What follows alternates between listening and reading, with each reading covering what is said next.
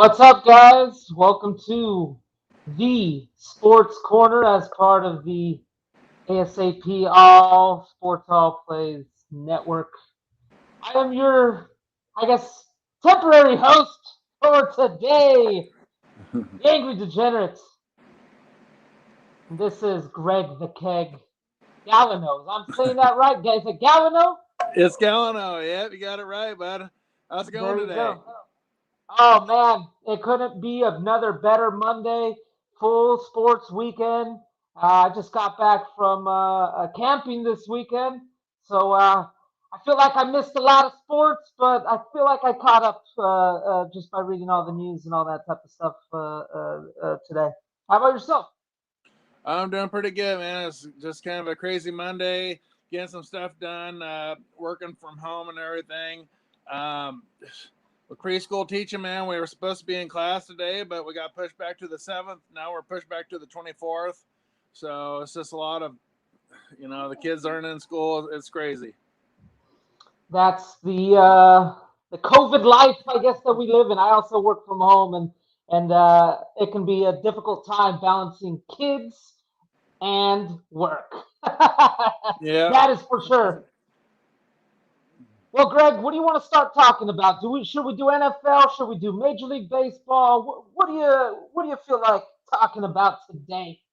Uh, we can talk a little bit of baseball. I think that'd be a Let's good one do to it. start out with.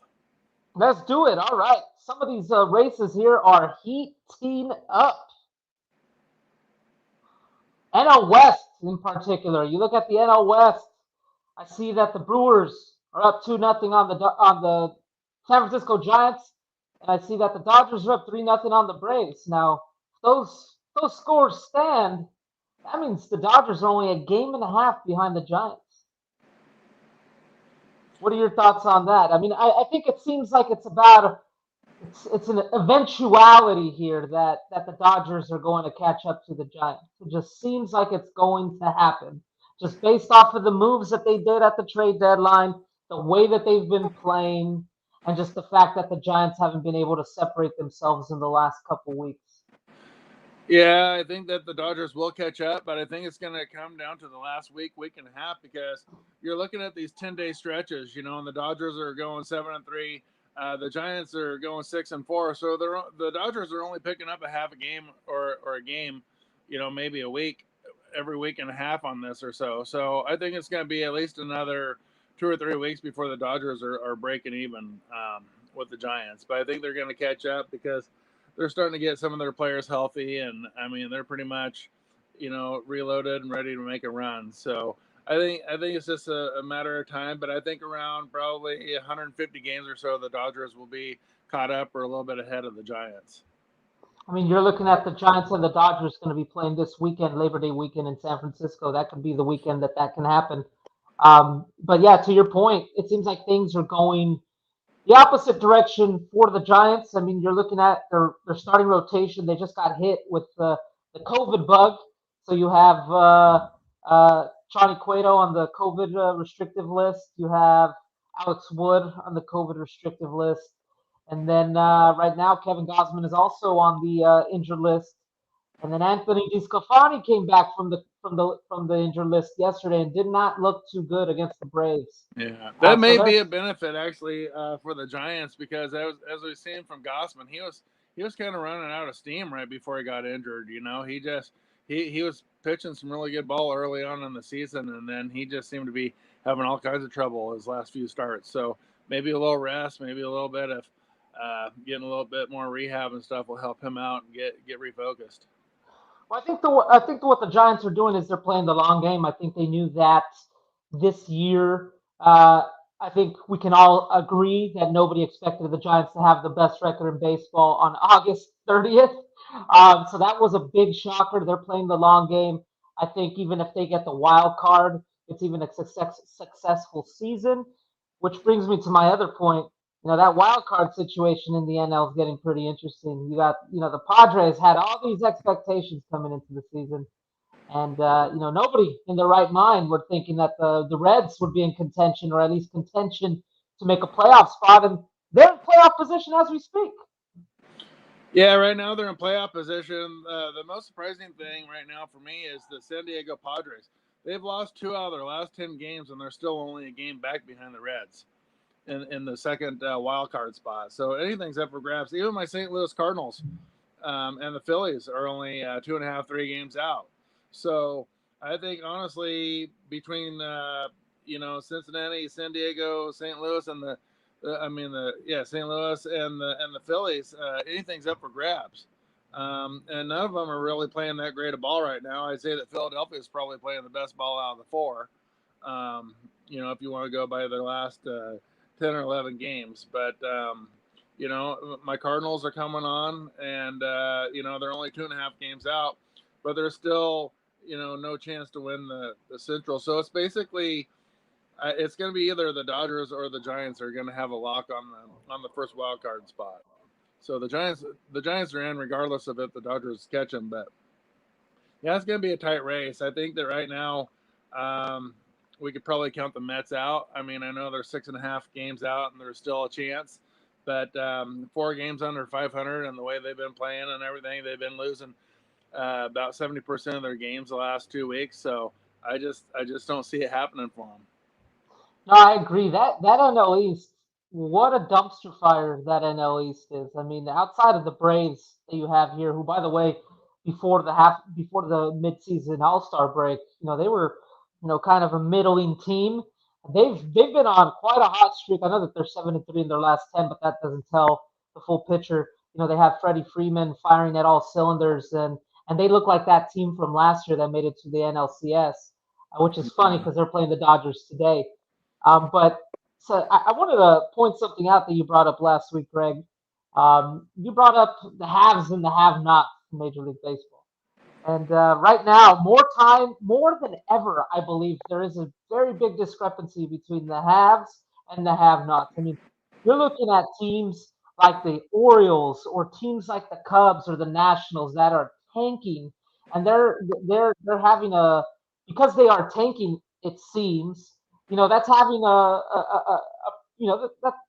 they're playing against teams that are in playoff contention. So you're getting these teams in playoff contention or currently in the playoffs playing against teams that are tanking for the most part. So I mean, if you're a team like, let's say, you're the Pittsburgh Pirates. I believe I saw a statistic where the Reds are something like 9-1 against the Pittsburgh Pirates. Meanwhile, San Diego has to go through a murderer's row at the end of the year against the Dodgers and the Giants. So that the competitive balance there is just a little bit off. Don't you agree? Yeah, it is a little bit off. The Padres, their best chance right now is to try to sneak into that second wild card position because I don't really see them faring very well in the last week and a half of the season when they're finishing off with the Dodgers and the Giants. So, but yeah, when you're talking about the Yankees, I mean, thank goodness that Tampa Bay went 9-1 over their last 10. They're basically keeping the Yankees at bay because they had an excellent 10-game span too. The Yankees did at 8-2. But Tampa Bay seems to be able to hold off. They actually picked up a game on the Yankees over that 10 game stretch. But I don't know how much longer it's going to hold because the Yankees, ever since they made all those splashy moves at the trade deadline, they've been winning about 90% of their games, and their pitching has been outstanding, which is something that can't be said for earlier on in the season. You had issues with Garrett Cole. Tolson wasn't playing very well. One bright spot that's been in there was Corey Kluber. Now he's back off the injured list. So, things are starting to click for the Yankees. I know you heard me say this last week that I thought that the Mariners were going to win, sneak into that second playoff spot. But, I don't know. Boston's kind of, they've won 6 out of their last 10, and they're starting to show signs of life again. And, Oakland's starting to slip a little bit. Toronto's playing decent ball. So I think anything's up for grabs in this race, too. You think that Boston's going to be able to hold on to that second spot? Yeah, I was just going to bring up Boston. What do we make of this Boston Red Sox team? Because, I mean, halfway through the year, we were sitting here, well, I was sitting here and I was saying, man, this Boston Red Sox team, they brought back Alex Cora. They've just been firing on all cylinders. And then here comes the All Star game. Or here comes the All Star break. And then the trade deadline. And then you hear all this, rumors about, oh, man, they're going after Anthony Rizzo. Well, Rizzo went to the Yankees. And it seems like Rizzo went to the Yankees and they had a domino effect for the Red Sox because they've just been completely awful since then. I mean, now they've kind of rebounded a bit, but it's just very interesting because I think the Red Sox kind of and their front office are put too much emphasis on Chris Sale coming back, whereas I don't think that they got enough more another guy in the rotation, or perhaps I know they traded for Anthony Schwarber or Kyle Schwarber, but it just seems like that trade at this point in time hasn't really had an effect or a positive effect on the Boston Red Sox. Yeah, the Boston Red Sox. I talked about this a long time ago with Ray and Nate when the season was about ready to start because they wanted an overview on where I thought that the Red Sox were going to end up. And honestly, I thought that the Red Sox were going to be probably right in the middle somewhere this season because I thought that they had five decent players at least at the top of the lineup. But they've been getting production all over the place all season long from the bottom of their lineup too. But I think you're right about them kind of putting all their hopes that Chris Sale would come back 100%, later on this season and everything. But they've gone by for the most part with decent pitching, and they're kind of like the Giants. They don't have a ton of outstanding big name players, but they're scrappy and they play well together, and they have players coming up within their system that are playing good ball. They don't have a whole lot big money contract guys right now. We've seen in the past that the Red Sox used to load up and spend tons of money, tons and tons of money on their lineup. Um, but right now they're kind of playing with house money. They don't have a lot of huge contracts, and one of their most huge contracts is just finally maybe starting to get healthy in Chris Sale. So it'll be interesting to see what Boston does, but all these wild card races are within 4 or 5 games, so it's going to be pretty close. Yeah, I mean, looking at the AL Central, I think we can kind of write that one off. It looks like the White Sox are going to take that one with ease. But I think the Indians actually they're a very interesting story because they have the second lowest payroll in baseball, and they got rid of a lot of their players this past offseason via trades or what have you. Lindor, Clevenger went last year. They're still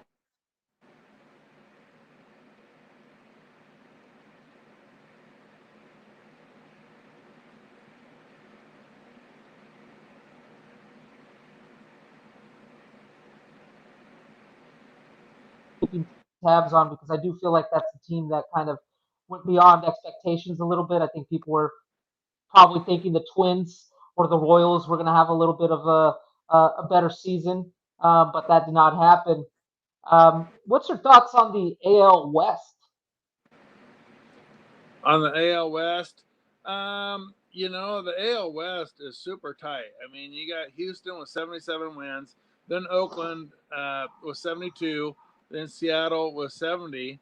Um, and then of course the Angels, who have been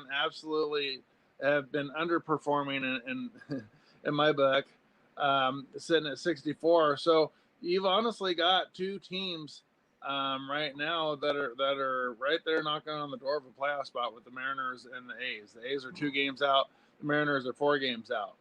The A's haven't been playing exactly lights out ball. You're down there. They haven't been lighting it up. They've won 4 out of their last 10, but they have won their last 2 in a row. So they're starting to pick things up a little bit. But I don't really think that when the season first started, my dark horse pick for this division was going to be the Angels. I thought that this was going to be the Angels' year Me to too. make things happen. They went out and got a couple pitchers, not big name pitchers, but they went out and actually got some pitching, and then you got Rendon at third. You got Trout still platooning out there. Shohei Otani. Yeah, Shohei Ohtani, ends up being the biggest power hitter in the lineup. Uh, and he can throw it too, 95 miles an hour or more. So, I thought that this was going to be the year that the Angels kind of snuck in and got it done, but they just, you know, I think that they kind of got their karma when they ended up having all that those issues going on with Pujols, and releasing him in the last year of his contract. I think that all that drama surrounding that and everything, I think that they just, I'm not saying that it's all Albert Pujols and all the Angels, but whatever happened there, the Angels just haven't had their mojo since he left. Yeah, and they got an expert in the clubhouse, and Joe Madden. I mean, he's quietly considered one of the best managers in baseball, but they just haven't put things together, and they haven't put things together for quite some time. I think I saw a stat where they are either the second or third longest tenured team without making the playoffs. The Angels are. The Mariners are actually the first. They have not made the postseason since 2001. But the Angels are what I consider at least one of those stereotypical teams that have a high end payroll and do absolutely nothing with it. I mean, you look at that lineup, you see Justin Upton, you see Trout, you see Shohei Ohtani, you see Rendon, and what are they and Shohei's like probably going to win the MVP. uh, Trout has won multiple MVPs, and they just have not been able to put a winning product on the field. And it's just one of those cases of like it doesn't, just because you spend a lot of money doesn't mean you're going to win in this league. Um, which kind of brings me to my other point, and I don't recall if I brought this up last week, but the Players Association and Major League Baseball are talking about potentially this offseason inputting a competitive balance tax where each team has to spend at least $100 million on their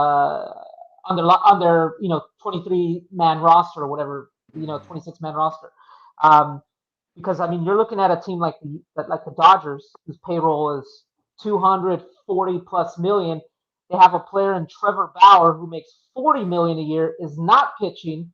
Trevor Bauer himself makes more money than the entire Cleveland Indians and as well as the entire Pittsburgh Pirates 23-man roster. As What it do you think sits of right now, Trevor Bauer's made about $13 million per start.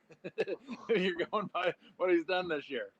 Yeah. So, What do you yeah. think about that competitive balance tax now that we've kind of talked about that there's, the haves and the have nots? I mean, it doesn't necessarily mean just because you spend more money you're going to be better, but I think, it at least shows that you might be trying a little bit. Well, I kind of don't like Major League Baseball getting in the way of an owner's ability to do what they want to do. I don't really like how that they can come down and say, "Listen, you have to spend this." I don't think that it's their job to regulate how much money the owners. I think the owner should have a say. I think that if the owner wants to see if they can do like the Oakland A's and try to get by on a 50-60 million dollar budget, that's up to them. I know. On the other hand, I think that it would be good to have something like that because, as a long, as a lifelong A's fan, I've seen the A's try to get by on analytics and small ball and everything, and it just doesn't work. And the A's have basically become a farm team for the Yankees and the Dodgers. Basically, what happens is everybody that's worth anything ends up running out their contract, and then the A's don't want to pay them the big money once they show that they're worthy of it and everything, and then they get gobbled up in free agency. So it'd be kind of nice actually to have the competitive balance. I understand why Major League Baseball is proposing that because there is a huge imbalance in the game. When you're talking about a team, right now with, about over 75 wins, and then you're talking about a team like the Orioles with 40 wins. There's a big difference, and it's not necessarily just because lack of talent, because the Orioles have been drafted in like the top five in the last five draft picks or five drafts. So the talent's there. It's just not coming up yet. So it'd be kind of nice if each team would kind of dip into their pockets and everything, because I think that's what all leagues want. I think Major League Baseball, the NBA, they really want to see that balance. We've seen a lot of more balance in the NBA lately, where we've seen teams within only like 3 or 4 games of first place, in the last 2 weeks of the season. That's good to see when you've got, you know, a division still up for grabs with a couple weeks left. I Well, you think that's what saw. everybody wants to see is some competitiveness.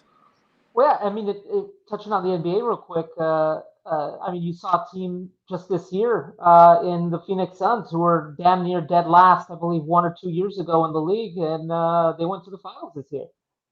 That's great for business, I believe. I mean, to see a team that's damn near last in the West, and in 2 years later they're in the finals. That's a pretty interesting story to see. And in terms of the baseball front, I'm kind of in agreement with your statement, because I'm kind of I don't like to see Major League Baseball kind of say, hey, John Fisher, owner of the A's, you know what, man, you're running your business, but we want you to spend a little bit more. John Fisher runs his business to make profit, and at the end of the day, spending less equates to more profits. And the A's have been pretty successful at doing that. Have they won a World Series? No. Have they been close? I mean, they haven't. But it seems like this year, in particular, Billy Bean making those trades for Starling Marte and Josh Harrison, two guys on expiring contracts. Something that the A's typically do not do. So they're definitely going for it this year. It seems like, at least. Yeah.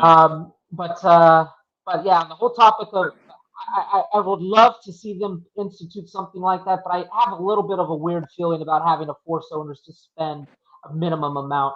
It's their business; they Yeah, should I do don't what think they it's want. right for them to try to dictate what an owner should or should not spend on his team. I think that's completely up to the ownership, but I would love to see more balance because I'm getting tired of seeing, the Dodgers win 102 games and the Orioles win 45 games. It gets kind of old seeing that. So I think that in any league, I think that Roger Goodell in the NFL, he'd love to see each division. He doesn't want to see a 13-3 team and a 3-13 team. In the same division. I think that they'd like to see each team, with at least 9 or 10 wins. That's kind of how they want it to be set up in all these leagues is there's more competitiveness and everything. So That reminds me of the AFC North. You got Cleveland, you got Pittsburgh, you got Baltimore, and then you got the lowly Cincinnati Bengals yeah, of the heap. yeah, um, I think that the NFC West is probably going to be like that this year. I think that it's going to be pretty competitive all the way from the top down. Um, I you agree. know, I think that division by far will probably, and I'm not speaking as a homer, but I think that division by far will be probably the best division in professional football. We shall see. But moving on, I guess let's dive right in and talk about the NFL. I mean, I don't know about you. I don't give a crap about these preseason scores and analyzing these. I saw the Raiders 49ers preseason game. It's like, how am I supposed to judge Trey Lance and Jimmy Garoppolo against, the Raiders are starting their third stringers, and then Nathan Peterman is taking snaps. You don't even have Derek Carr in there. So it's just a whole shit show about talking about like preseason and trying to analyze this. But there has been some news in the NFL this past week. A couple of starting quarterbacks were named. Trevor Lawrence was named starting quarterback for the Jacksonville Jaguars. Pretty expected. What was unexpected to me, though, was the fact that Urban Meyer was even considering this a quarterback competition. Gardner Minshew was taking away snaps from this guy in practice and training camp and preseason, and guess what? Then they go ahead and trade him. That to me just sounds like a head coach that is way in over his head and is doing some sort of college tactics and trying to bring them over to the NFL. That to me was very puzzling. What is your take on what happened there in Jacksonville? I really don't know what's going on in Jacksonville. I had some really high hopes. I'm not a Jacksonville Jaguars fan. I know that Ray is, but to even question that Trevor Lawrence would not be the starting quarterback day one is beyond me. He's pretty much been the talk of the town over there for the last 2.5 months, and everybody figured that when the Jets finally won a football game, that Trevor Lawrence was going to be a Jag. So I really don't know exactly what Urban Meyer is thinking. They've been doing some interesting moves over there. I know that they ended up getting rid of Gardner Minshew and then sent him over to Philadelphia, which honestly, it probably makes them a little bit better. I mean, they don't really, the Eagles don't really have much to work with right now at the quarterback position. So I think that Gardner Minshew could easily take over the starting job, because I don't think he's any worse than Hurts or who Hurts' backup was.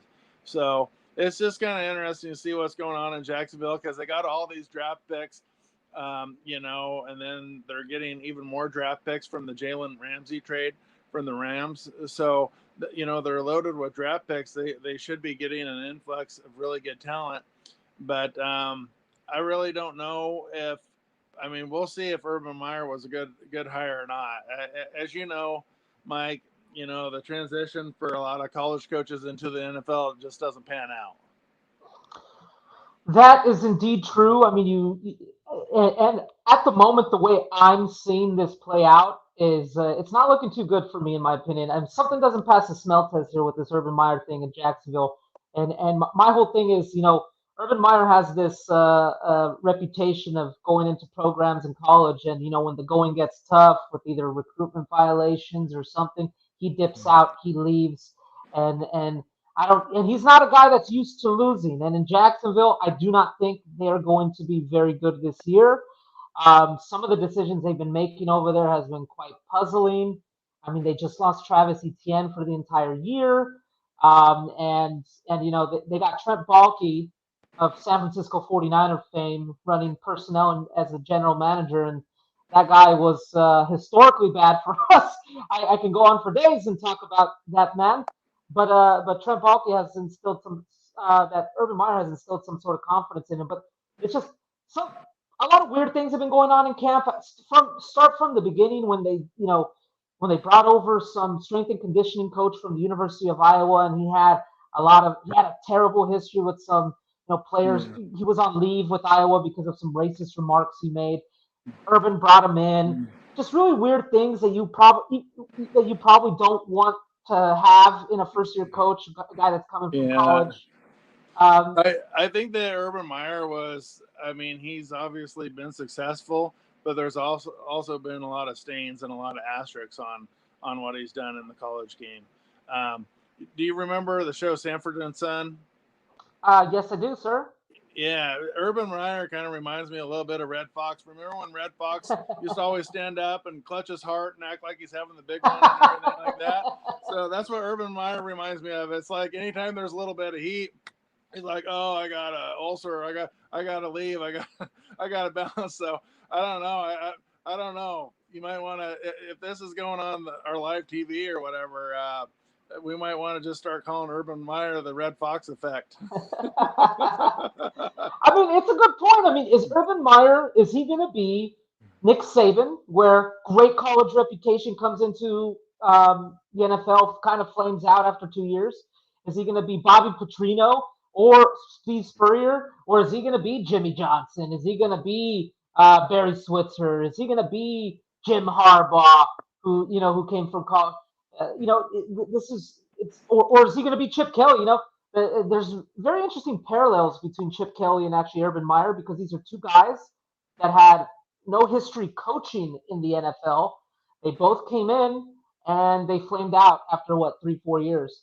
Well, we don't know what's going to happen with Urban, but things just seem kind of odd there in Jacksonville. If anything, they're getting eyeballs on the product because Jacksonville's in Siberia, and it seems like year after year. And if Urban Meyer does flame out in the NFL, I don't want him to end up doing what Nick Saban did either. Remember what Nick Saban did? He basically kind of showed up at the games to fulfill his duties or whatever, but he wasn't even coaching. At that time, he was just basically buying his time because he'd already got wanted and accepted the Alabama position. So I hope that Urban Meyer doesn't secretly behind the scenes just take some other job and then just cash in and leave. You know, that'd be sad because Jacksonville's a team that's really, I mean, they haven't had hardly any success since they've came into the league, and they're due for something. You know, that they're drafting good talent. They just need a good program. You know, they need to find the right fix. No, agreed with that. Moving on, Jameis Winston was named the starting quarterback for the New Orleans Saints over Taysom Hill. What are your thoughts on that? I mean, for me, I think that was pretty expected, but maybe you have a different take. Well, we talked about this a little bit last week, and I think that Jameis Winston is by far a better overall quarterback. He's a true quarterback. When you look at Taysom Hill, he's capable of being a quarterback. He was drafted as a quarterback, but he can do so many other things. He can run the Wildcat. He can catch the ball out of the backfield. He can run routes. He can do special teams. He can do so many other things. And he does a lot of things pretty good, but he's not.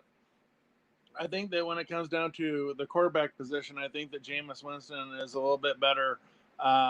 You know, I think that he's a little bit more adept at his position. I think that Jameis Winston is a better passer, has a better arm, has a better feel overall for the position. I think that we're going to see a lot of Taysom Hill, but I think that we're going to see him a lot doing what I just said. You know, catching the ball out of the backfield, running routes, blocking. You know, making tackles on special teams, just doing anything that's necessary. You know, I think that Taysom Hill is your typical do it all kind of gadget guy, but I think that with Jameis Winston getting refocused, I think that him moving on from the Bucks was probably the best thing for him. I think that he saw that he wasn't quite living up to the standards that they had put up to, you know, had expected for him. So I think that you know, he's kind of got a clean slate now, and he's got his eye surgery and everything, and he's refocused. So I think this is a good spot for him.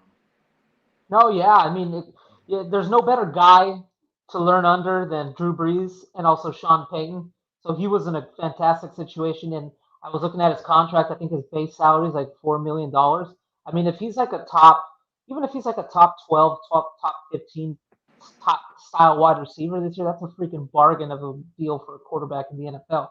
Um, now the New Orleans Saints, Michael Thomas is not going to start the season. They're not really deep at wide receiver. They have Alvin Kamara, but you're going to put out your entire shoulders on Alvin Kamara. That'll be very interesting.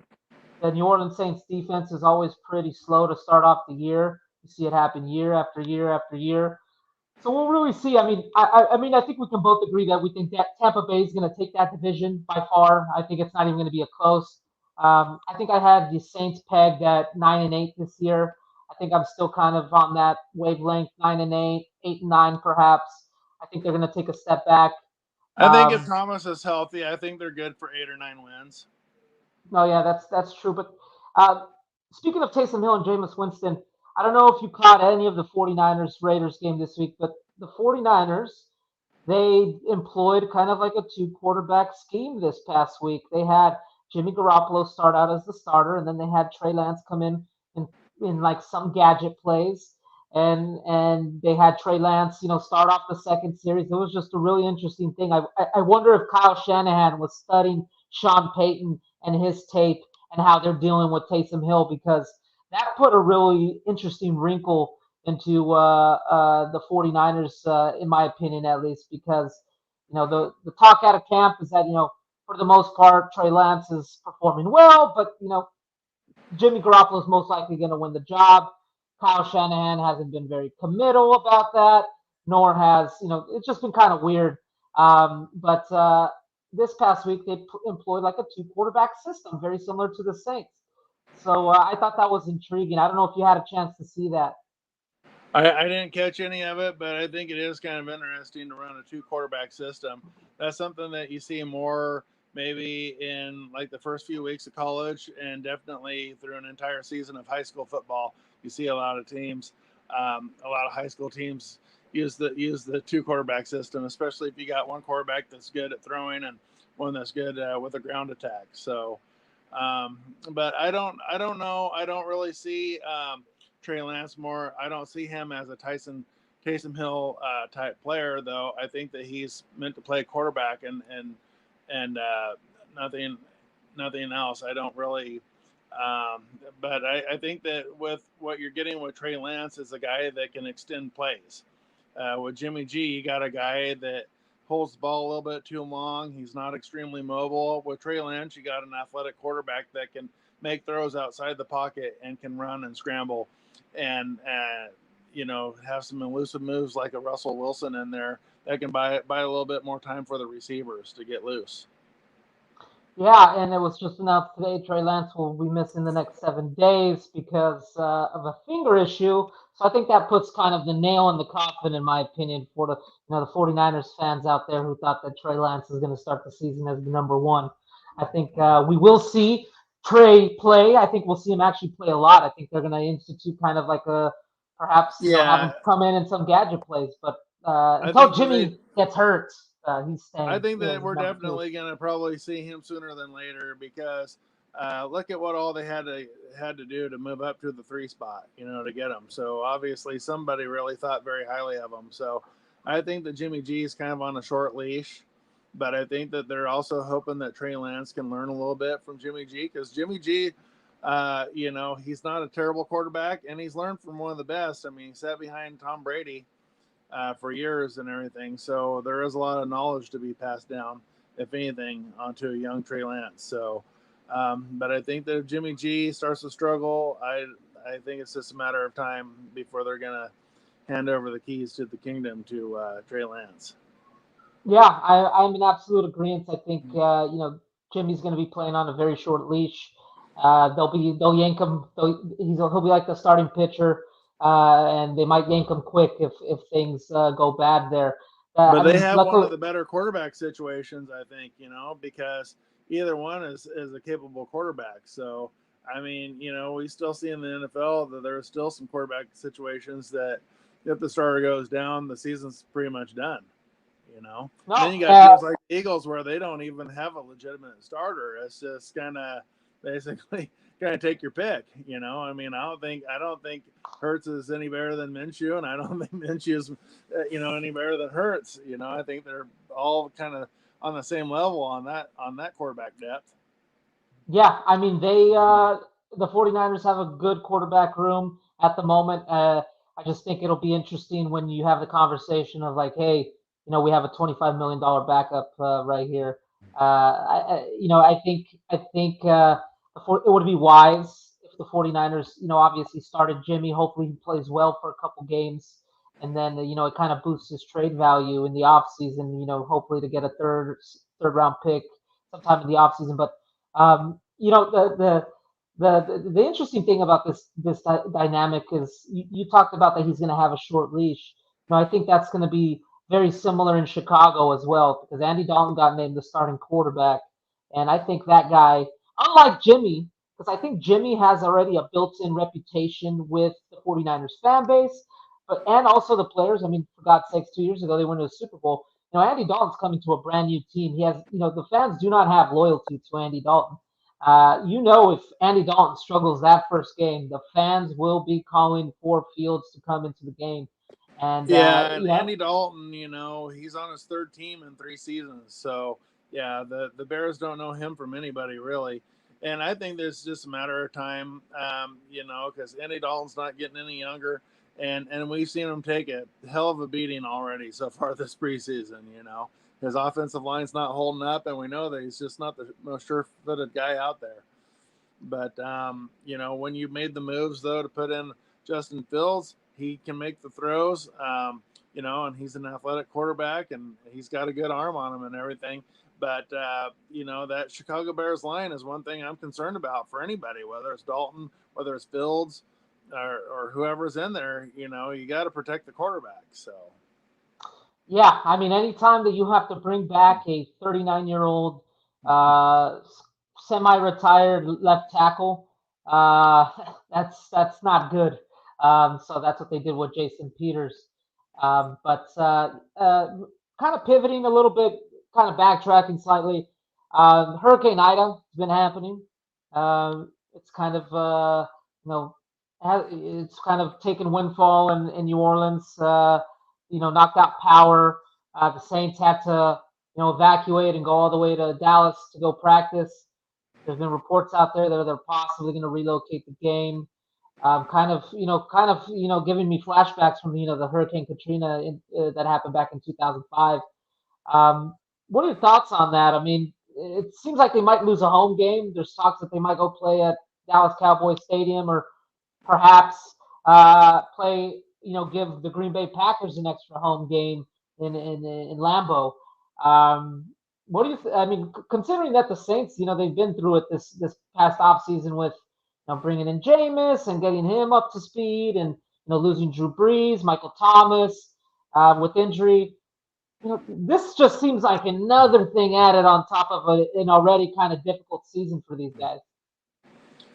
Yeah, Hurricane Ida, my heart goes out to everybody affected by this. It just seems like, it hasn't been really all that long since Katrina. It doesn't feel like, and that's just, I feel bad for anybody affected by this Hurricane Ida or any hurricane for that matter. But it just seems like the Gulf has just been getting hit hard, very hard, and you hate to see a team maybe lose a home game or have to maybe relocate or something. But the good thing is that if they did have to go play at Dallas or something, Dallas is not extremely far.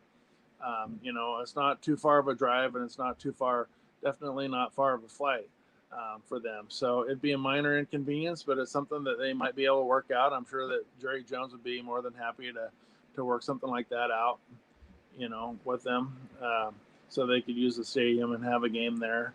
So, but yeah, it's very unfortunate. It just seems like they rebuilt that town. They put in they made all those improvements and everything. During Katrina, they did all that cleanup.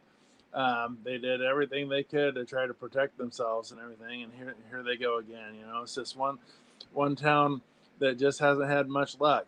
We remember during Katrina and everything. That's basically why we have the Oklahoma City Thunder, because New Orleans went to Oklahoma City and played all their games there while all this was going on and everything. So, and then the Sonics decided, hey, Oklahoma City's getting a pretty good fan base, and so they moved the Sonics over there. So, unfortunately, in the NFL, it's not like they can just pick out another halfway decent sized city that doesn't have an NFL team and go, well, let's play here, for the rest of the season or for half the season. It's just not set up like that. So, if they were to go any other route, they'd probably have to play at a college, at a college stadium or something, which might work out because college plays on Saturday and the NFL plays on Sundays. So yeah, it's just a very bad situation though. What do you think, Mike?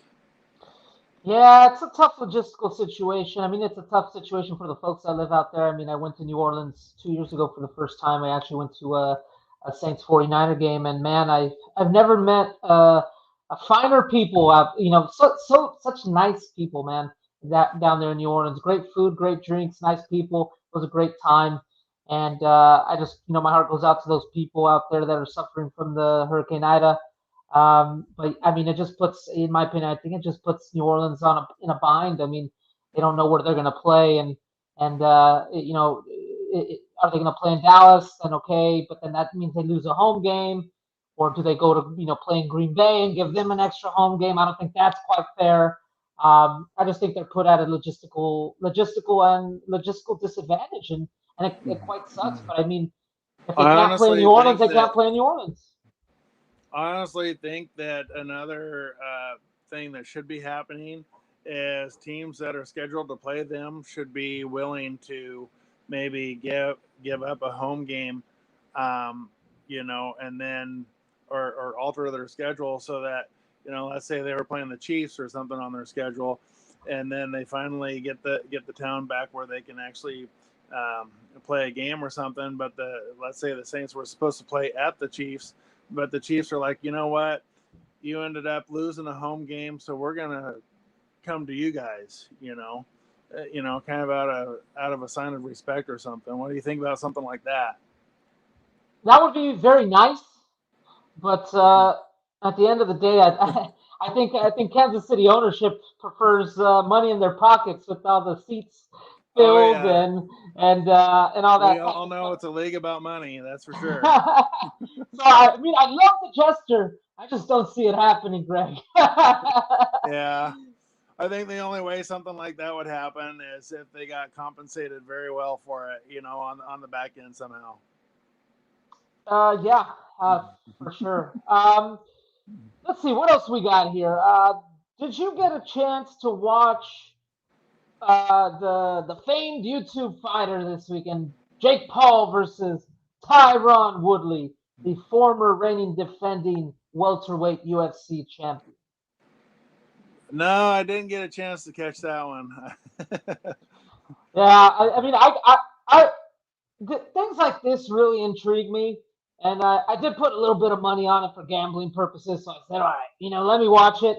I did not pay for it because I am not a Jake Paul fan, but I did stream it, and I mean, for an 8 round fight, it was pretty interesting. I thought Woodley was way too conservative rounds 1 through 4, which is very anti Woodley. He's usually a guy that wants to get in there and get out. The guy does have knockout power. He did demonstrate that in one occasion, I believe, in the second or third round, where he staggered Jake Paul, but he never quite capitalized on top of that, which I thought was pretty shocking. Um, and in fact, Jake Paul in round 3 or 4, because he's never fought past the second round, he looked very tired, and it was mind numbing to me how Woodley was still just being so conservative. At the end of the day, it ended up being a split decision. I mean, I probably would have called it a unanimous decision in favor of Jake Paul, but a couple judges had it, I think 77, 75, one of them in favor of Tyron Woodley. Um, Very impressive, I guess, fight for Jake Paul. I think this gives him a little bit more credibility in the fight game. He still did fight a guy that's way past his prime, 40 years old. So I still want to see him in the ring against an actual boxer. Um, but what caught my eye about this fight was the post, the interviews after. It seemed just so staged. It seemed like, you ever watch a WWE backstage segment where it's just terrible acting? That's what it seemed like to me.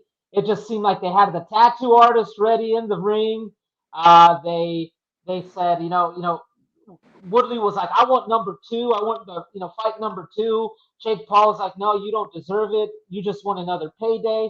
And then Jake finally said, oh well, if you get the tattoo today that says I heart Jake Paul, we'll have the fight number 2. And then Woodley said, okay, let's do it. And it just seems so freaking staged, but it was entertaining, and I'll just give him that from a purpose of, like, I know boxing purists are gonna hate shit like this, but I just thought it was entertaining. I'm not a Jake Paul fan. I'm not a Jake Paul homer. There's a lot of Jake Paul fans out there. I hate the guy personally. I think he's fucking stupid, but uh, I thought from an entertainment perspective, it was fun. I know you didn't get a chance to watch it, but what do you think?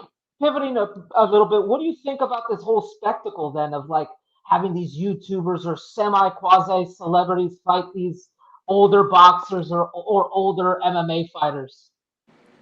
Um, I don't like it. It kind of reminds me of a more well rehearsed episode of Pros versus Joes. That's a blast kind from the past, man. kind of thing, It'd be like me, you know, it'd be like me getting on YouTube and, you know, calling Clyde Drexler out, or something like that, to a game of horse or a game of one-on-one or something, and everything. And I'd still probably get whooped, but we probably would hold out until at least somebody would pay us a few dollars or something for it. But yeah, I don't like it. I don't like people just be able to hop on YouTube or something and then get a whole big fan base going, to see something. So I don't like it. I'd like everything to stay legit. I think that if you're going to go into boxing, go into it full time. I don't think that anybody needs to go on YouTube and just, kind of demand a fight, to with somebody past their prime. I don't know. How do you feel about it? Um, you know, uh, it definitely, it's bringing eyeballs to the sport of boxing, but I don't know if it's bringing good. Like, it's not like it's good eyeballs. I guess it's like it's bringing the wrong attention for sure. But on the other side of the coin, it's actually bringing up some topics of conversation regarding the uh, uh, discrepancies in terms of how fighter pay is being done, especially in the MMA world. You're looking at guys like UFC and Bellator, primarily UFC, where you're having top tier fighters. You're talking about the cream of the crop, top three in the world. After winning their fights, Jared Cannonier 2 weeks ago said, "I'm broke," and it's like, how is this possible? You are in the prime organization for mixed martial arts, and you are broke. And I read a statistic the other day that in terms of MMA, in terms of USC, the fighters themselves only get 10% of the actual payouts that they are given because they got to pay their training camp, they got to pay their management, they got to pay this, they got to pay that, and it's at the end of the day they only get taxes. At the end of the day, they only get 10%, which is the lowest of all sports, baseball, football, soccer, whatever, in America. And these are guys that are going out there and putting their lives on the line, man. I mean, literally. And I think, if anything, these makeshift boxing matches, these celebrity showdowns, these whatevers that you want to put it as, these sideshows, it's kind of been bringing a little bit of attention towards fighter pay, which I'm very invested in a little bit, because I think the UFC, for being the biggest mixed martial arts organization in the world, does not pay their fighters enough, and I think it's a disgrace. Yeah, I think that they are a little bit underpaid. Actually, very well underpaid, actually, for what they're going out and doing. Because when you're talking about a Trevor Bauer out there making $40 million for potentially 20 starts, and then you're talking about a guy making 10% to get his brains knocked in, that's not very good. So No, yeah, absolutely not. Yeah, there's a huge difference out there in the pay scale. So yeah, I'd like to see them make a little bit more for everything that they got to do, all the training that goes with it. Because they're not just out there boxing; they're learning mixed martial arts. They're learning a little bit about everything. It's a highly skilled level of fighting. And there's wrestling, there's kickboxing, all kinds of things that go into it. So they have to train not just for one specific thing, and they got to get in tip-top shape just like all other professional athletes. So they should be getting a little bit more of a cut. Yeah. Dana White, if you're listening to this, if you're out there, if you're listening to this show today, pay your goddamn fighters.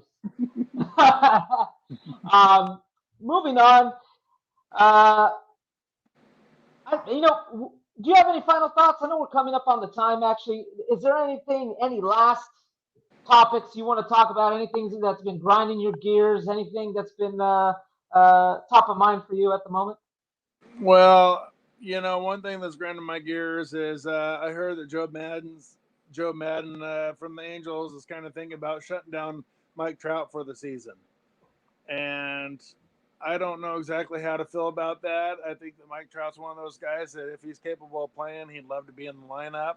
So I don't think that he's going to be a guy that wants to sit out the last 30 games, if he could play the last 20 games. So I don't know exactly how that's going to sit well, with him or the organization, because you got fans that would love to see Mike Trout play. And I think that if he's remotely able to go out there, I think that he should be out there. But I understand if they don't think they have a chance for a wild card run or anything like that to shut her down. But, you hate to see it, especially if a guy could play the last couple weeks of the season. I think that he should be out there if he wants to be. And Mike Trout, this is the first year of that big contract that he signed, correct? Or is it the second year? This is the second year. Second year of that big contract that he signed. And we've seen these big contracts and how they work out. We've seen it on his own team, Albert Pujols. Now Trout, he has been up to today, one of the best athletes that we've ever seen grace the diamond, the baseball field, and you know, it's good for the sport when you got a guy like that out there playing. I mean, because he's one of those guys that gives it his all. And unfortunately, the Angels have been quite putrid in the years that he has won and done all these things. And they are, what is it, 64 and 67? I don't know if they can get back into the playoff race, but it would be great to see him paired up with Shohei Ohtani at least for the final 30 games and see what those guys can do. Maybe they can produce a 20-10 finish. Who freaking knows? Not with that starting pitching, but but it still would be exciting to see him back out there. One of the things that I've been kind of grinding my gears, I guess, or something that I've been quite focused on is I kind of touched on it a little bit earlier, or we kind of touched on it, is the 49ers quarterback situation. Obviously, I'm decked out in 49ers gear here. But that quarterback situation has been top of mind for me the entire offseason. Just when, the 49ers, went ahead and traded up 3 first round, traded up with 3 first round picks to get Trey Lance, who at the time, I remember, there was a dilemma of, is it going to be Mac Jones or is it going to be Trey Lance? And I mean, for all intents and purposes, we don't know what is it? Mac Jones has looked pretty damn good, but from some of the tools that we've seen from Trey Lance, I think he has the stereotypical fit, the fits that you want to see in the modern day NFL quarterback. And I'm kind of 50-50. I kind of want to start the clock now and just put Trey Lance out there because I think the 49ers have a win now mentality. They have they have a great running back room. Their offensive line is going to be pretty good, led by Alex Mack and Trent Williams. I think about the 49ers is just going to be all about staying healthy. And can they have a quarterback in there that can minimize mistakes? And it'll be very interesting. Football season's coming up, and I'm very excited to get this show on the road. 49ers start the season off with 2 softies, Detroit and Philly. I hope that means that's a 2-0. Because the Niners are going to need every win that they can get in that very tough NFC West division. And remember, Mike, the first thing that Mike Shanahan should be telling all of his quarterbacks, especially if they're making a Super Bowl run, on day one is if we're in field goal position, guys, whoever's out on the field taking snaps, do not run backwards 15 yards and take a sack. Indeed, that is true, my friend. That would be good because I do not trust Robbie Gould from more than 45 yards. I tell you that. Jesus Christ. I don't have anything else to add. Do you have anything else to add? If not, I think we can close out the show. It was a tremendous show today. Yeah, I don't have really anything to add other than baseball needs to wake up and stop paying guys $40 million a season after they're 32 years old. And I'm going to end it on Dana White, pay your goddamn fighters. All right, guys. See you next week.